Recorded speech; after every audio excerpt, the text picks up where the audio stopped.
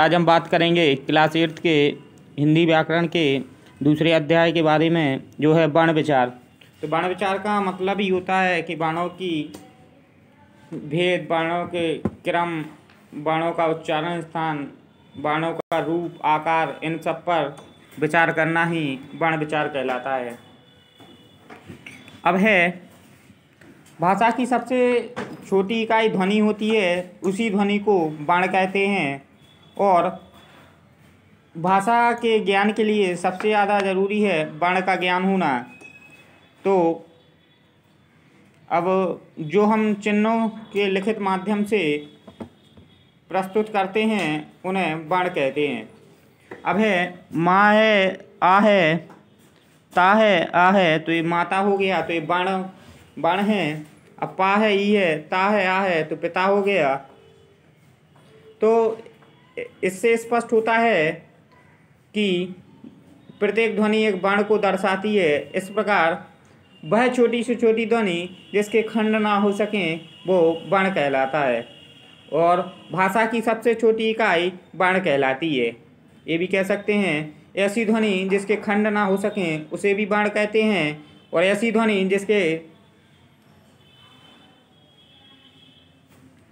जिसको कभी भागों में बांटा ना जा सके उसे भी वर्ण कहते हैं। और भाषा की सबसे छोटी इकाई वो भी वर्ण कहलाती है। ध्वनि को ही वर्ण कहा जाता है या अक्षर कहते हैं।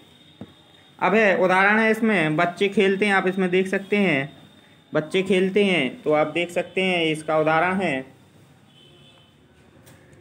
अब है, तो बच्चों, यह वाक्य बोलने लिखने के लिए ध्वनियों, वर्णों, चिन्हों का प्रयोग किया गया है। इस वाक्य के खंड किए जा सकते हैं। इसमें 3 शब्द प्रयुक्त हुए हैं, जैसे बच्चे खेलते हैं। तो देखिए, आप इसमें देख सकते हैं बच्चे हैं, तो बच्चे का देखो, बा है, हलंत लगाया तो वादा हो गया। आ, चा है, ए है, तो बच्चे हो गया। खा है, ए है, ला है, आ है, ता है, ए है, तो खेलते हो गया। हा है और ए है, तो हे हो गया। तो बच्चे खेलते हैं। यही जो खंड किए जा रहे हैं यही वर्ण हैं। तो शब्दों को तोड़कर उनके खंड करते हैं तो वर्ण कहलाते हैं। अब उपरोक्त खंडों के खंड नहीं किए जा सकते, ये सब ध्वनियाँ वर्ण कहलाती हैं।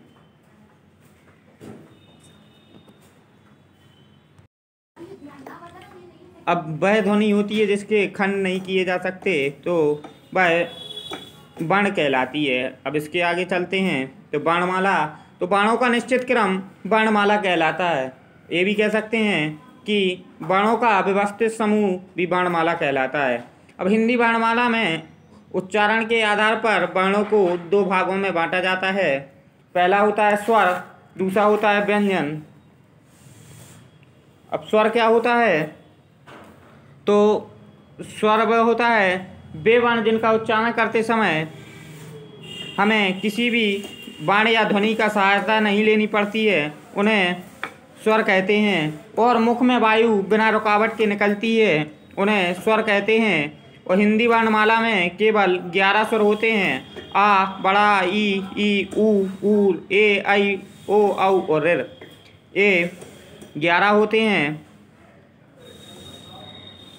अब है, ऋ स्वर का प्रयोग संस्कृत शब्दों में ही किया जाता है, जैसे ऋषभ है, ऋषि है, ऋतु है। उच्चारण की दृष्टि से रा, री की तरह बोला जाता है। लेखन में यह रा तथा नीचे की तरफ लगाया जाता है। इसके प्रयोग में सावधानी होती है, जैसे ग है और एक ग्रह होता है। देखो, ऋ की मात्रा नीचे की तरफ लगती है और रा की मात्रा यहाँ पद में लगती है, पदेन में लगती है। तो देखो, ग्रह है, ग्रह है, तो ग्रह मतलब घर, आशियाना। और एक ग्रह ये अलग होता है, जैसे भी ग्रह होते हैं शनि, सूर्य, पृथ्वी, बृहस्पति। अब स्वर हैं जो उच्चारण के आधार पर 3 भेद होते हैं। पहला होता है ह्रस्व स्वर, दूसरा होता है दीर्घ स्वर, तीसरा होता है प्लुत स्वर। अब तो पहले बात करेंगे ह्रस्व स्वर की। तो ह्रस्व स्वर में वे स्वर या वे वर्ण जिनके उच्चारण में सबसे कम समय लगता है उन्हें ह्रस्व स्वर कहते हैं। ये 4 होते हैं, ये एक मात्रिक स्वर होते हैं। और इन्हें मूल स्वर भी कहा जाता है। अब दीर्घ स्वर तो वे वर्ण जिनके उच्चारण में ह्रस्व स्वर से ज़्यादा समय लगता है, ह्रस्व स्वर से या दोगुना कह सकते हैं, दोगुना समय लगता है, उसे दीर्घ स्वर कहते हैं। तो इसमें आ ई उ ए ऐ ओ औ ए मुक्ता 7 होते हैं। अब आगे बात करेंगे प्लस स्वर की। तो प्लस स्वर की बात करेंगे तो वे स्वर जिन स्वरों के उच्चारण में दीर्घ स्वर की तुलना में अधिक समय लगता है वे प्लस स्वर कहते हैं। ऐसे स्वरों को त्रिमात्रक भी कहते हैं। और जैसे ओम, ओम और अरे किसी को दूर से बुलाने में इसका प्रयोग तभी किया जाता है। अब है स्वरों की मात्राएं। स्वरों का प्रयोग, जब स्वरों का प्रयोग व्यंजनों के साथ किया जाता है तो अब इनकी केवल मात्राएं लगाई जाती हैं। किसी के उच्चारण में लगने वाले समय को मात्रा कहते हैं। तो जब किसी के उच्चारण में जितना समय लगता है उसे मात्रा कहा जाता है। अब आ की तो कोई मात्रा नहीं होती, बड़ा आ की मात्रा है। तो देखो आ की मात्रा से कल बना, इससे काजल बना, ई की मात्रा से किताब बना, कीमत बना, कुआ बना, कूप बना। तो इनकी मात्राएं हैं। अब ऋ की मात्रा से कृष्ण बना, कृपा हो गया, कृपया हो गया। अब इससे केस हो गया, कैद हो गया, कोयल हो गया, कौआ हो गया। अब है विशेष, तो स्पेशल रूप से दिया है आपको। तो आ की कोई मात्रा नहीं होती, हमने आपको पहले बता दिया। और सभी व्यंजनों के साथ आ की सहायता से ही बोले जाते हैं। अंत में इनके आ की ध्वनि निकलती है। किसी व्यंजन में यदि आ स्वर नहीं मिलता तो उसके नीचे तिरछी रेखा या हलंत लगाया जाता है। तो हलंत लगाने से वो आधा हो जाता है। रा के साथ ऊ की मात्रा लगाने से रू बनता है। रा के साथ बड़ा ऊ की मात्रा लगाने से रू बनता है। अब हिंदी में प्रयुक्त होने वाले कुछ अंग्रेजी शब्द आए हैं। शब्दों में केवल चंद ध्वनि का प्रयोग किया जाता है। जैसे कॉलेज हो गया, बॉल हो गया, कॉल हो गया। अब केंद्रीय हिंदी निदेशालय का ओ का प्रयोग भी किया जाता है, जैसे डॉक्टर हो गया। कुछ इसके अतिरिक्त कुछ अंग्रेजी फारसी के जैसे जाफा है, तो इसमें नुक्ता लगा के प्रयोग किया जाता है कई की जगह। आप इसमें देख सकते हैं ये नुक्ता लगा के प्रयोग है इसमें। अब आगे है अयोगवा। तो अयोगवा क्या होता है? तो हिंदी वर्णमाला में अधिक तीन वर्ण प्रयोग होते हैं। जैसे तो अयोगवा होता क्या है? जो ना तो स्वर ना ही व्यंजन होते हैं, इन्हें अयोगवा कहते हैं। ये वर्ण निम्नलिखित होते हैं, जैसे अनुनासिक, अनुस्वार, विसर्ग। अब अनुनासिक क्या होता है? मुख से बोले जाने वाले स्वरों को मूल रूप से लिखा जाए, जैसे आम शब्द है तो आ लिखा गया, लेकिन जब नाक से बोले जाते हैं तो उन्हें अनुनासिक कहा जाता है। और उनके ऊपर चंद बिंदु लगाया जाता है। चांद है, मुँह है, आँख है, तो इनमें चंद बिंदु लगा के, तो अनुनासिक का प्रयोग चंद बिंदु में ही किया जाता है। अब है अनुस्वार। तो अनुस्वार क्या होता है? अनुस्वार का उच्चारण नासिका से होता है। मात्रा होने के कारण स्वरों के साथ लिखा जाता है, किंतु व्यंजन के 5 प्रथम वर्गों के अंतिम अक्षर में स्वर रहित रूप है। यह पंचम वर्णों के साथ जुड़ता है। जो 5 वर्ग का जो 5वां अक्षर होता है, अनुस्वार उनके साथ जुड़ता है। अब संयुक्त व्यंजन में पंचम वर्ण में किसी व्यंजन के पहले से जुड़ता है, तब उसे अनुस्वार द्वारा लिखा जाता है। जैसे रंग है, मंच है, घंटी है, आनंद है। जब 2 पंचम वर्ण साथ होते हैं तो अनुस्वार का प्रयोग नहीं होता है, जैसे अंत है, जन्म है।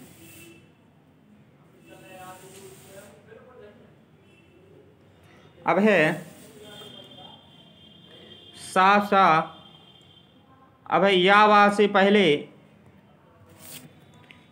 पहले अनुस्वार का प्रयोग नहीं किया जाता है। यह पंचम वर्ण में ही प्रयोग किए जाते हैं, जैसे पुण्य, इन्हें, कन्हैया। अब सा से पहले अनुस्वार लगाया जाता है, जैसे अंश है, वंश है। जो या वा हा है, इनमें अनुस्वार का प्रयोग नहीं किया जाता, जैसे अन्न लिखते हैं, पुण्य लिखते हैं, इन्हें, कन्हैया। इसमें कभी बिंदी का प्रयोग नहीं होता। लेकिन जो सा और सा है, इसमें वन से, हंस से, सम उपसर्ग से बने हुए माँ के स्थान पर अनुस्वार लगाया जाता है। जैसे संवाद, सम प्लस वाद तो संवाद हो गया। और शिरोरेखा के ऊपर मात्रा लगने से अनुनासिक की जगह अनुस्वार लगाया जाता है। जैसे मैं, क्यों, हैं। तो कई कई जगह अनुनासिक की जगह अनुस्वार का प्रयोग किया जाता है। अब है विसर्ग। तो इस ध्वनि का उच्चारण ह के समान होता है। इसमें दो बिंदियां लगाई जाती हैं पीछे की तरह। अधिकतर इसके तत्सम शब्दों में इसका प्रयोग किया जाता है। अधिकतर संस्कृत में भी इसका प्रयोग देखने को मिलता है। जैसे अतः है, प्रातः है, मूलतः है, नमा है। तो ये सब संस्कृत में प्रयोग होते हैं। अब है व्यंजन। तो व्यंजन क्या होता है?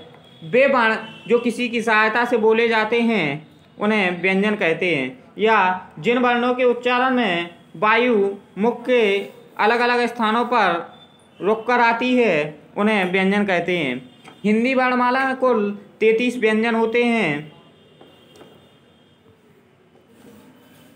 और व्यंजन के 3 भेद होते हैं, वो भी उच्चारण के स्थान, उच्चारण के आधार पे। तो पहला होता है स्पर्श अंतस्थ और तीसरा होता है ऊष्म व्यंजन। अब है स्पर्श व्यंजन। तो जिन वर्णों के उच्चारण में वायु मुख के सभी भागों को स्पर्श करती हुई निकलती है उन्हें स्पर्श व्यंजन कहते हैं। इनकी संख्या कुल 25 होती है जो 5 वर्गों में बटे हुए हैं। अब आपकी बुक में देखते हैं, इनके उच्चारण में एक अवयव जब दूसरे अवयव को छूता है तो निकलने वाली वायु मुख को कुछ देर के लिए रोकने वाले व्यंजन को स्पर्श व्यंजन कहते हैं। तो हमने आपको सीधी सी बात बता दी, जिन वर्णों के उच्चारण में वायु मुख के सभी भागों को स्पर्श करती हुई निकलती है उन्हें स्पर्श व्यंजन कहते हैं। इन व्यंजनों की संख्या 33 होती है जो 5 वर्गों में बटे हुए हैं। जैसे का वर्ग, चा वर्ग, टा वर्ग, ता वर्ग, पा वर्ग। अब है डा ओढ़ा, ये 2 अलग से हैं। ये डा ओढ़ा के व्यंजनों से विकसित हुए हैं। इनका उच्चारण स्थान मूर्धा होता है। इन्हें उच्छिप्त व्यंजन कहते हैं और इनका प्रयोग बहुत सावधानी पूर्वक किया जाता है। बहुत ही सावधानी से इनका प्रयोग किया जाता है। आप देख सकते हैं इसमें हर एक वर्ग में 5-5 अक्षर हैं, तो 5 वर्ग हैं तो 25 हो गए। और ये उच्छिप्त व्यंजन है डा ओढ़ा, तो इनका प्रयोग बहुत ही सोच समझ के किया जाता है।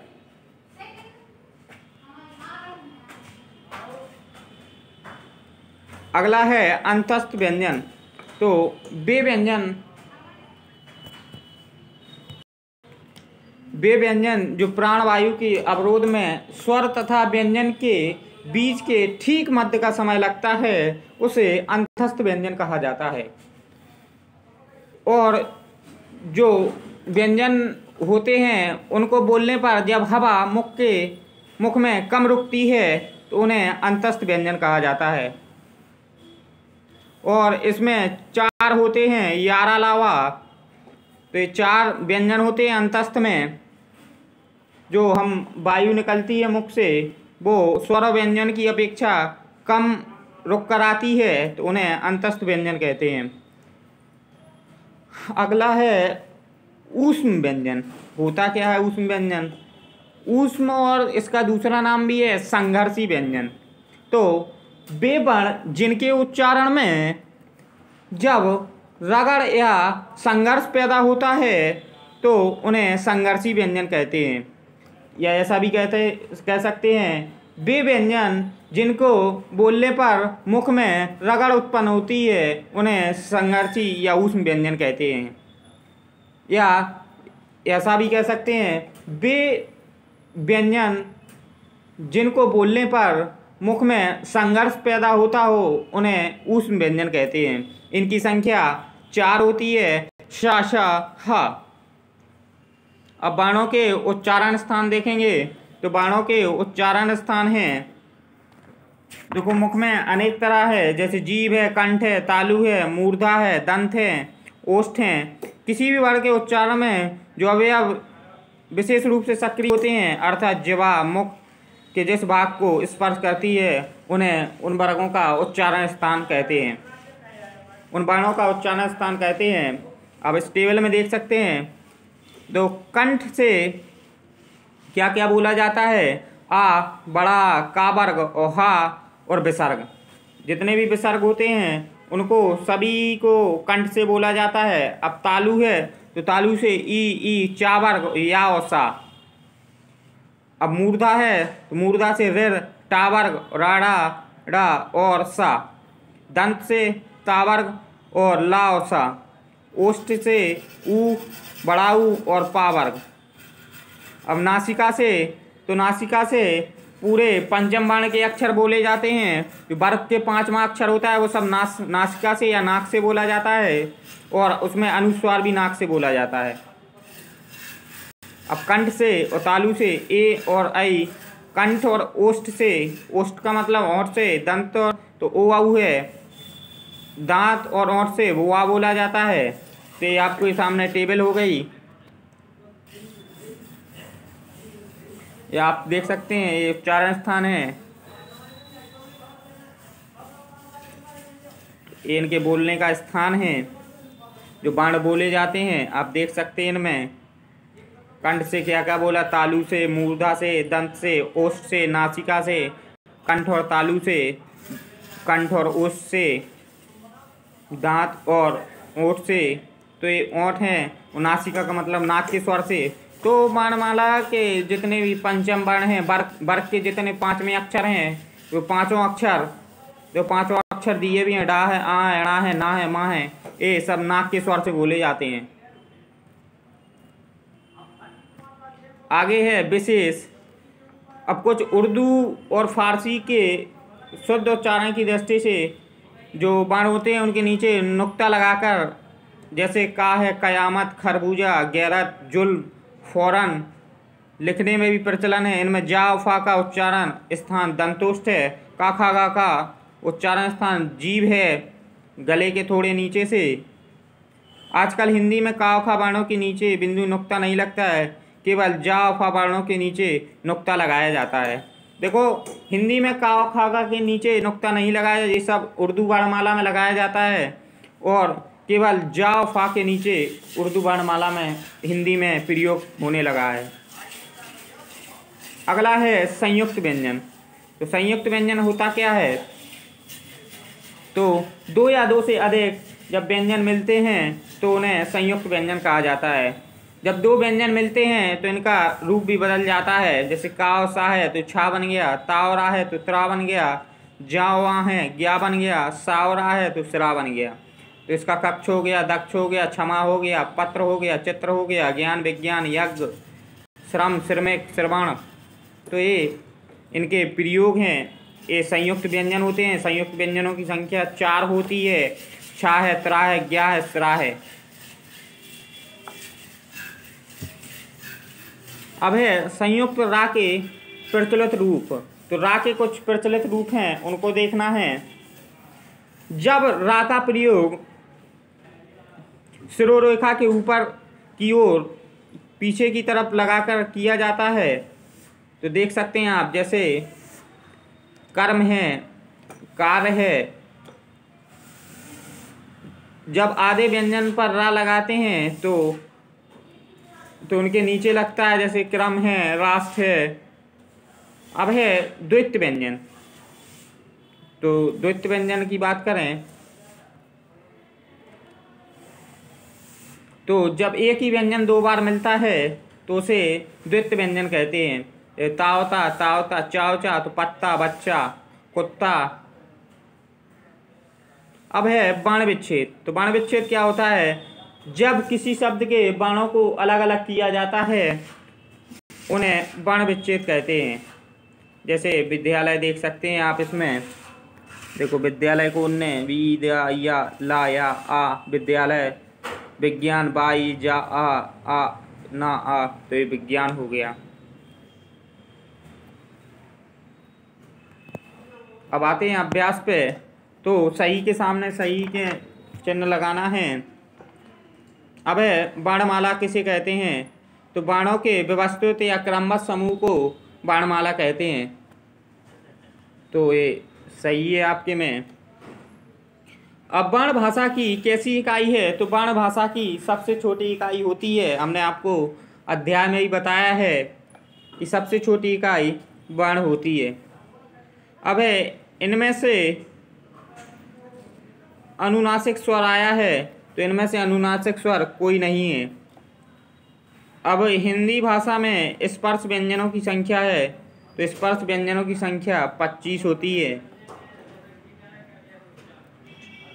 ये आप देख सकते हैं, हमने आपको पूरे 3 हैं, 4 हैं, चारों को बता दिया। वर्णमाला वर्णों का व्यवस्थित समूह, भाषा की सबसे छोटी इकाई वर्ण होती है, अनुनासिक इसमें से कोई नहीं है। हिंदी भाषा में स्पर्श व्यंजन पहले ही बताएं 25 हैं। अगला है सही के उत्तर पर, सही का गलत के उत्तर पर। अंग तथा आहा व्यंजनों के साथ आते हैं, तो ये जरूरी नहीं है कि अंग और आहा व्यंजनों के साथ ही आएंगे, तो ये गलत है।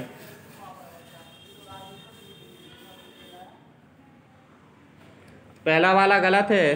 दूसरा वाला अनुनासिक और अनुस्वार में अंतर होता है।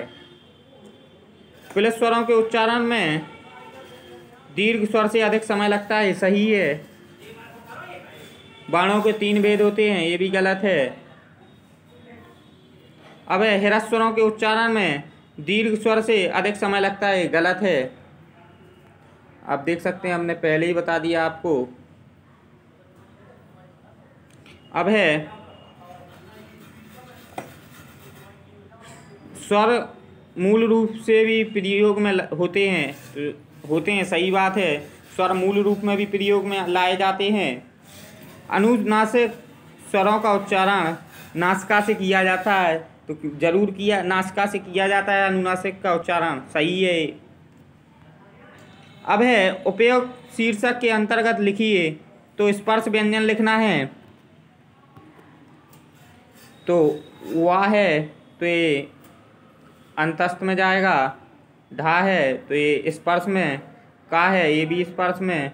माँ है, ये भी स्पर्श में। या है, तो ये अंतस्थ में। शा है, तो ये ऊष्म में। हा है, ये भी, और ये भी। ये ना है, तो इसमें जाएगा। रा है, तो इसमें। हा है, तो इसमें। आप देख सकते हैं, हमने आपको पूरे भर के बता दिए हैं। और ये एक ही बचा है जो छा है, तो छा संयुक्त व्यंजन होता है। इसमें अपन को 3 ही दिए गए हैं, तो 3 में भरना था, तो छा को किसी में नहीं लिख सकते हैं, इस संयुक्त व्यंजन के अंतर्गत आता है। अगला है निम्नलिखित प्रश्नों के उत्तर लिखिए। वर्ण किसे कहते हैं, तो भाषा की सबसे छोटी इकाई वर्ण कहलाती है, तो इसकी डेफिनेशन हो गई। अब ये कितने प्रकार के होते हैं, तो ये 2 प्रकार के होते हैं, स्वर और व्यंजन। अब है उच्चारण के आधार पर स्वर के कितने भेद हैं, तो उच्चारण के आधार पर स्वर के 3 भेद हैं।